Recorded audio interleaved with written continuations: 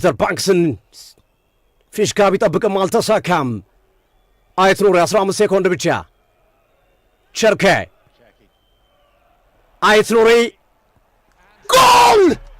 አንቱዋን ሴሜንዮ ቸርኬ ወዛው የሞተ ሰዓት ላይ ገባበት። የመጀመሪያው አጋማሽ የመጨረሻ ደቂቃ ላይ ሲቲ ወዛው ሴሜንዮ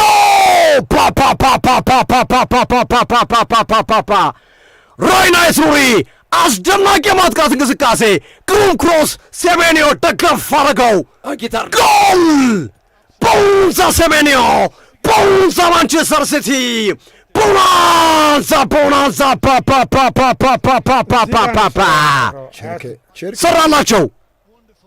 አስደናቂ አጫውት ቸርኬ ሰነጠቀው። ቸርኬ ነው። አይት ኑሪ አስደናቂ ኳስ ነው የሰጠው። አይት ኑሪ ምን አይነት ኳስ ነው የሰጠው? ለአይት ኑሪ የሰጠውን እኮ ነው የምልህ። ኳሱን ወደ ጎል ሴሜንዮ ምን አይነት ጎል ነው! አይት ኑሪ ምን አይነት ኳስ ነው ሳጥን ውስጥ ለሴሜንዮ ያሻገረለት። አስደናቂ የተመጠነ ኳስ። ቀደመው። ሲቲ መምራት ጀመረ 1-0። የመጀመሪያውን አጋማሽ ጋርዲዮላ 1-0 እየመሩ ይወጣሉ። ደስታቸው ልዩ ሆነ። ጋርዲዮላ አራተኛውን ዳኛ እየተከራከረ ነው። ፊሽካ ይነፋ በሚል አለቀ። ሲቲ 3 ነጥብ ወሰደ ኢርላንድ ሮድ ላይ። አንቱዋን ሴሜንዮ የክረምት የዝውውር መስኮት ፈራሚያቸው ብቸኛውን ጎል ተሸክሟቸው ወጣ። ሲቲ ዛሬ ተቸግሮ ነው የጨረሰው። ጋሂና ሴሜንዮ የክረምት የዝውውር መስኮት ፈራሚዎቻቸው 3 ነጥብ ነው። የ3 ነጥብ በቀይ ካርድ ዳንኤል ፋልከን የፔናልቲው ነው የፔናልቲውና ዳንኤል ፋልከን ቀይ ካርድ ሰጥቷቸው ፒተር ባንክስ ለምን ተቃወሙ ነው? ሰማያዎቹ ሲቲዎች የወቅቱ የእንግሊዝ እግር ኳስ ንጉሶች ዛሬም ተቸግረውን ቢሆን ኢርላንድ ሮድ ላይ ከሊድስ ሙሉ 3 ነጥብ ወሰዱ።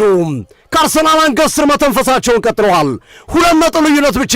ነገ አርሰናል የማሸነፍ ግዴታ ይኖርበታል። ያም ማድረግ ካልቻለ አርሰናል በተስተካካይ ጨዋታቸው ብቻ እርስ በርስ ሳይገናኙ ሲቲ ሊጉን መሪነት መረከብ የሚችልበትን ዕድል መፍጠር ይችላል። መስት ዊን ፎር አርሰናል አድርጎባቸዋል። መስት ዊን ጫና ፕሬዠር አርሰናል ላይ አሳድረዋል። ሊድሶች የሊድስ መሸነፍ ሲቲ ጋርዲዮላ ዘንድሮም ለአራተኛ ጊዜ ሄደው ለምንድን ነው ግን አርሰናልን ጉድ ይሠራው ይሆን? አብረን እናያለን።